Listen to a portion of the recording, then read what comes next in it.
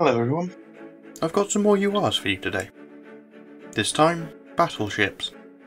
Featuring the latest and greatest each faction has to offer from the final generation of battleships, as well as some interwar tomfoolery that proved the need for the Washington Naval Treaty's ban. To be completely honest, BBs are the most oversaturated hull type in the game when it comes to URs. We could probably go a year without any new UR BBs, and no one would bat much of an eye. Not that that's going to happen, battleships are way too marketable for the devs to do that. Much like last time, I'm going pretty deep, so expect lots of paper. Opening us up is the Eagle Union, with the rest of the Iowa class. These ships don't need much of an introduction really. They were built during the Second World War to escort carriers, and act as deterrent for any fast big gun ships that got any bright ideas. The fastest battleships put to sea were armed with 9 406mm 16-inch 50 caliber guns, giving them firepower not far off the mighty Yamatos, albeit significantly faster at 33 knots. Given New Jersey's legendary popularity, the arrivals of her sister Iowa, Missouri and Wisconsin are not a matter of if, but a when. They could also have the two incomplete sisters, Illinois and Kentucky. During the design phase of the Iowas, two separate design philosophies were being pursued. One being a faster, improved South Dakota, eventually leading to the Iowas, and the other being a slower, heavier armed and armoured successor. As tensions began to rise, the need for new warships became pressing, and so ships following both arguments were ordered. The slow variant becoming the Montana class. Larger and slower than their fast cousins, they would be equipped with 12 of the Mark 7 guns in 4 triple mounts, and carry thicker armour, abandoning the treaty limits altogether, though they would only reach a respectable top speed of 28 knots. 5 ships were planned: Montana, Ohio, Maine, New Hampshire and Louisiana, though all 5 would end up cancelled due to material shortages and shifting wartime priorities. Okay, hear me out. Type 2s for the current South Dakota sisters and North Carolina, based on the 1920s South Dakota designs. They began construction during the early 1920s as essentially a slower, less heavily armoured and lighter Montana, 20 years before the Montanas were even a thing, but were cancelled by the Washington Naval Treaty. The name of all 6 proposed ships were reused in later battleships, though I'm exempting Iowa and Montana from getting Type 2s for obvious reasons. There's also the maximum battleship designs ordered by Senator Tillman, but those were frankly absurd and far beyond what is currently in-game. Moving on to the Royal Navy, we start with the Lion class. Since the King George V class was too far along in development by the time the escalator clause of the Second London Naval Treaty kicked in, a second class of battleships were designed, the Lion class. Somewhere between a South Dakota and an Iowa, they displaced roughly 41,000 tons, were armed with 9 406mm guns, the same 373mm heavy armour as the KGVs, and a top speed of 30 knots. 6 of these ships were planned to be ordered in 3 batches of 2. The first pair, Lion and Temeraire, were laid down in the early 1939, with contracts for the second pair, Conqueror and Thunderer, being awarded later that year. The final pair would not even receive names, due to the outbreak of the Second World War suspending their construction. Throughout the war, the designs would be constantly modified, tweaked and upgraded in accordance to lessons learned during the war, leaving them stuck in a form of development hell before finally being cancelled in the post-war period, due to a lack of funds and little desire for new battleships. Among these designs were an upgraded Mark IV gun that fired a heavier, slower shell at a higher rate of fire, and a hybrid battle carrier design that caused the Director of Naval Gunnery to say the funny. Travelling back to the interwar period, we have the N3 battleships and G3 battle cruisers, with the IJN and USN coming after their final Boss of Planet Earth title. The Royal Navy set about designing new warships. The N3s were roughly comparable to the Yamatos, featuring slightly smaller 457mm guns, slightly thinner armour but with a higher slope, a much slower top speed at 23 knots, but also came in at about 16,000 tons lighter. The G3s started out as a battle cruiser version of N3, but due to their massive size and displacement, they were scaled down to a ship of similar size to the final N3s, built around 419, later 406mm guns. The G3 was pretty comparable to an Iowa, despite being designed with 1920s technology, even down to the displacement aided by its strange gun layout reducing weight. 4 of each were planned, and the G3s even got ordered, though none would receive names and would be cancelled by the Washington Naval Treaty that sought to prevent the naval arms race that was brewing, though their designs would heavily influence the Nelson-class battleships. You want to get a bit crazy? You want to go slightly unhinged? Coming from the mind that created Dreadnought and the concept of the battlecruiser, HMS Incomparable. Admiral John Jackie Fisher's wet dream battlecruiser. A 46 to 48,000 ton, 1,000 foot long, 35 knot Giga renown armed with 6 508mm 20-inch guns. The most absurd part about Incomparable isn't her prodigious sailing range, or decent, if slightly thinner than hood armour, but rather the fact that Jackie believed she would only last 10 years and be quickly surpassed. This is about as absurd as I'm allowing myself to put in this video. Switching to the Axis, we have the Sakura Empire, and of course, Yamato. Given the type of people who are watching this video, I don't need to introduce Yamato. Her legacy as the largest, most powerful battleship ever put to sea, and her immense cultural impact do that for me. Yamato is coming. Be that for the 7th JP anniversary next year, as 7 is a lucky number in Japanese superstition, and continues the Yamato class every 2 years trend, or as a break class in case of emergency ship, becoming the next Soyuz. Constantly teased, but forever out of reach. There was also 2 other Yamato ships that were never completed nor named. The first warship, 111, was built to the same modified design as Shinano was before her conversion, with a slightly thinner armoured belt to add extra protection elsewhere, and replacing the 127mm dual-purpose guns with the 100mm Type 98. She was laid down but her construction halted, with her steel eventually being used in Issei and Hyuga's hybrid refit. The 5th ship, 797, would have removed the 2 triple 155mm turrets on the ship's flanks to make way for more 100mm guns. Not too dissimilar to Yamato's final enough guns to make an American blush loadout. She was never laid down. We can go further than that with the A150, often called the Super Yamato. Japan knew they couldn't outbuild their main threats, and had long adopted a shipbuilding doctrine of building more powerful ships than their opposition. The A150s are the peak at this. Starting out, they were designed to carry 510mm guns as a true Super Yamato or a Super Nagato. However, after a reality check, this was scaled down to a 6-gun design resembling Yamato. When the Allies were poised to invade Japan, most records of the Circle 5 and 6 naval rearmament plans were destroyed. So not much is known, but what we do know is that the ships would have been slightly larger than the Yamatos, with potentially even thicker armour, and swap the triple 460s for twin 510s. The secondary battery would consist of an unknown number of 100mm Type 95 guns. 2 of these were planned and ready to be built, but like many ships in this video, the start of the Second World War shifted priorities away from new battleships to more pressing needs for the war. Going back to the pre-treaty era, we have the number 13 class. In response to the US announcing a new shipbuilding program, Japan reinstated its 8-8 fleet plan. The 4 Amagi class battlecruisers were to be supplemented by 4 Key class fast battleships, while the pair of Nagatos and Tosas by a new class of 4 fast battleships that never received a name. Essentially an upscaled Nagato, clocking in at 47,500 tons, capable of 30 knots, armed with 8 460mm 50 caliber guns, and thicker armour angled at 15 degrees. Like all ships of this burgeoning naval arms race, they were cancelled by the treaty, leaving the 8-8 plan with just 2 Nagato class battleships. The Ironblood have the rest of the H class. These 6 ships were intended to be the centrepiece of the Plan Z naval rearmament programme, essentially being enlarged Bismarcks designed around a 406mm gun. They would have the same speed and roughly the same armour as its predecessors, but would somehow displace over 50,000 tons standard due to an impressive range.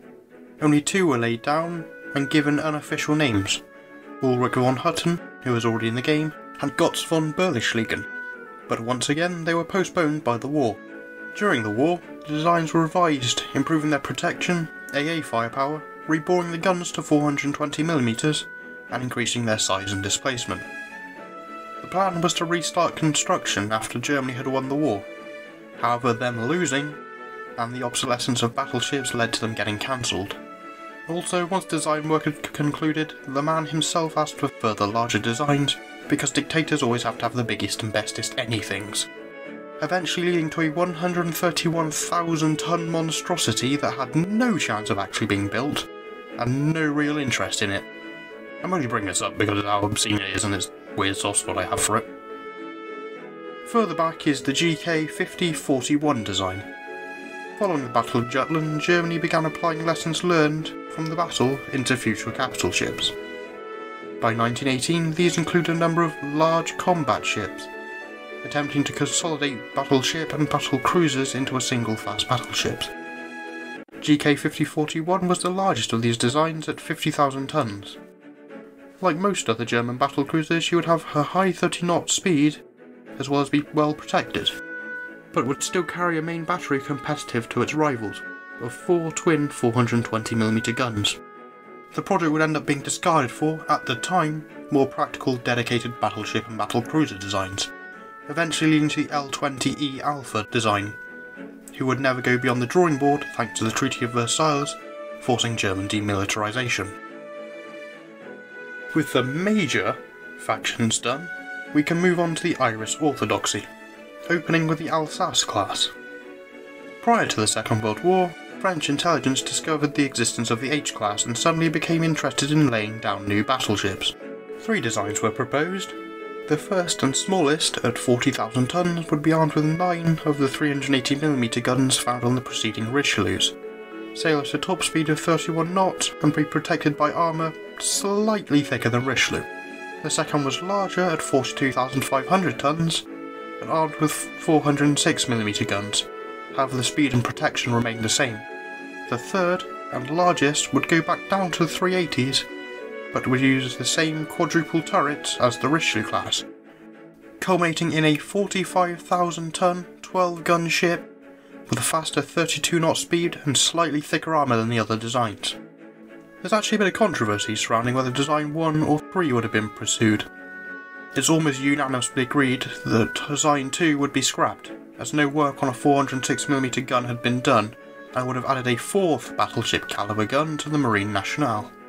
The argument for the third design is that the turrets are already in service, allowing them to be easily built under wartime constraints by eliminating the need to design a new 3-gun turret, something France had never done before for battleship guns.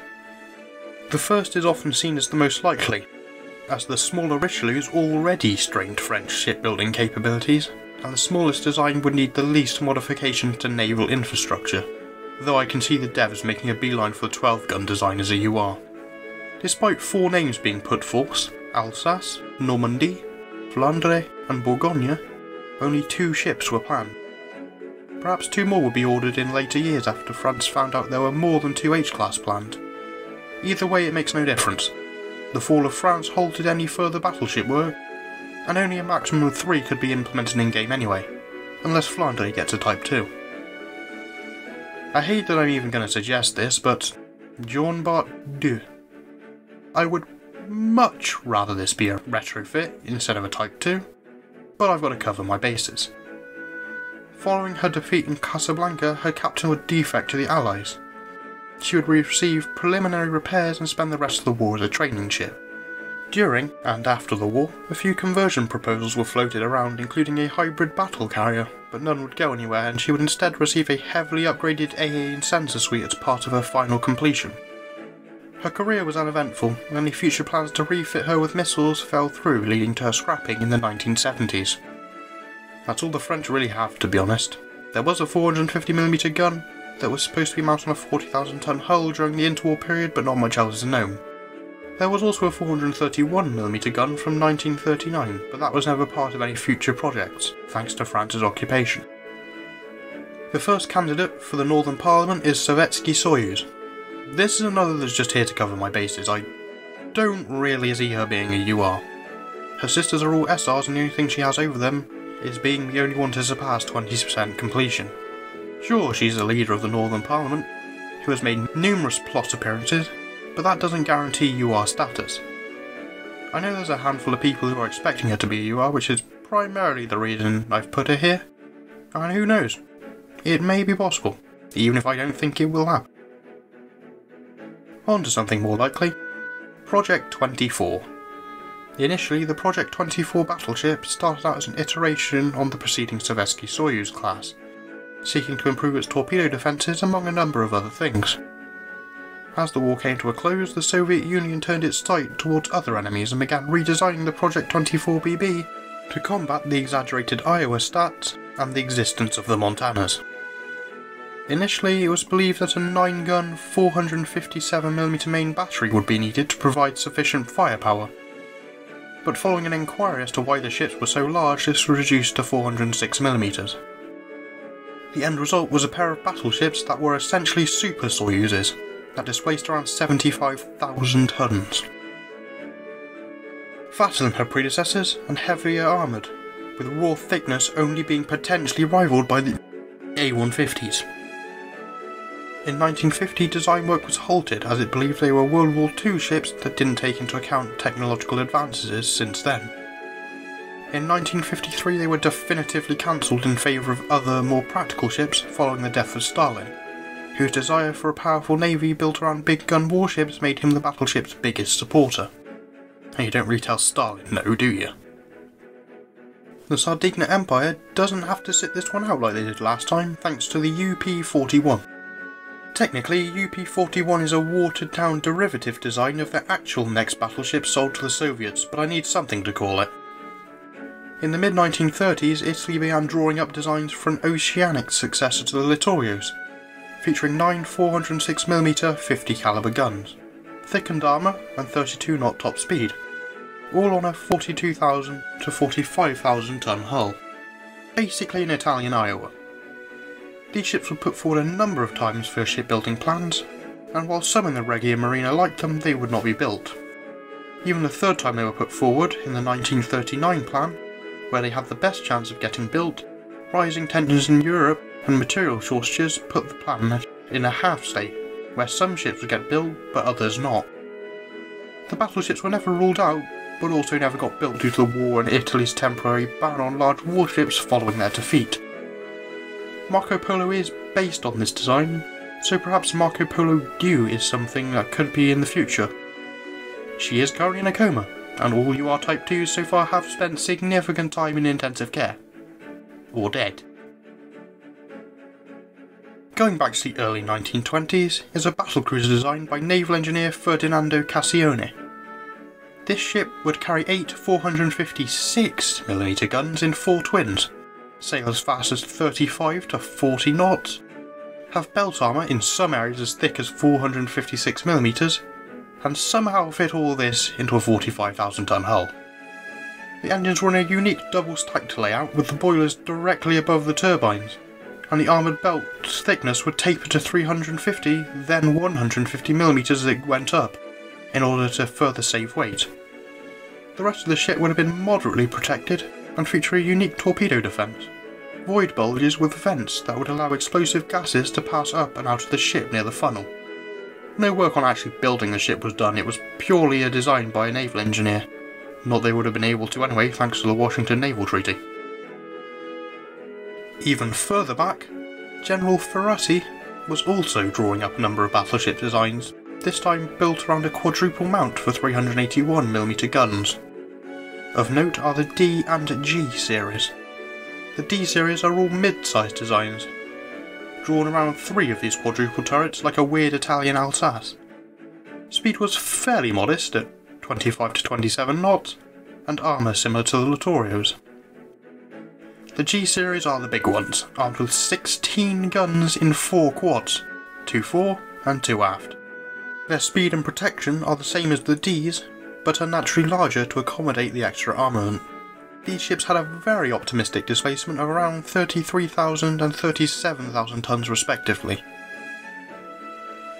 As for the Dragon Emperor, yeah, we all know where this is going. China didn't have much of a navy around the time Azur Lane pulls its ships from, all they had was some light cruisers and a collection of smaller ships. They had no battleships, and any plans for Chinese battleships I can find are pre-1910 coastal BBs. Nothing UR worthy. By the time China could build up its navy, battleships would become obsolete, so none were even considered to my knowledge. And that's all I've got. Every battleship that I think is UR worthy. We're kind of at the point where there isn't a lot of real steel battleships left. World War II put a lot of battleship projects on hold. The Iowas and Vanguard are the only ones that managed to squeeze through, as the world shifted to aircraft carriers and more pressing needs during wartime. There's a few I want to give honourable mentions that didn't make the list. Dreadnought. Her being revolutionary is certainly UR worthy, but the rest of her really isn't. She didn't do a whole lot and is woefully outdated. I could see her being an SR, like Mikasa and Aurora on Legacy alone though. Texas is another. She certainly has some UR worthy qualities, being the last dreadnought and her long career, but I don't know, I just don't see it. An SR, sure. Hell, even a UR retro down the line, but not a base rarity UR. That's all I've got for real though. If there's any you think I've missed, let me know. I'd love to hear about them. But for now I'm going to leave it here, so until next time, fair winds and following sea.